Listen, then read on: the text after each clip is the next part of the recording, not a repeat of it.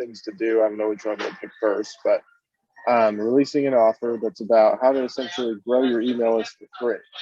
And it's going to be through the principle of re-engagement, right? So it's like if you reactivate inactive subscribers, you're growing your active email list. So Right, I'm going to release a product about that. I know people are going to love it. And I actually have stats because so many people ask me about it. I didn't just like come up with it.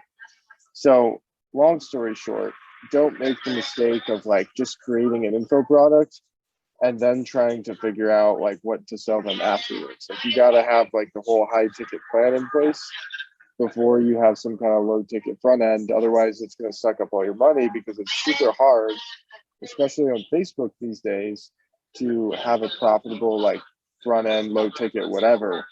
Because especially right now, like Q4, it's really difficult to make it profitable by itself. But when you have a back end, then it works really well.